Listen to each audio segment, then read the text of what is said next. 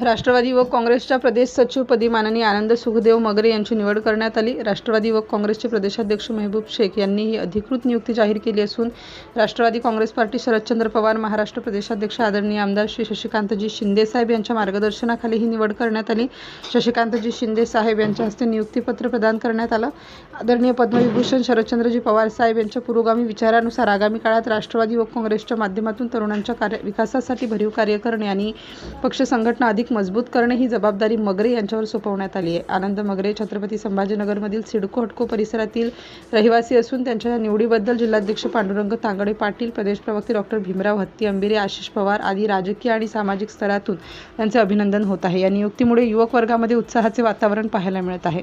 City India न्यूजसाठी छत्रपती संभाजीनगर प्रतिनिधी विक्रम वानखेडे।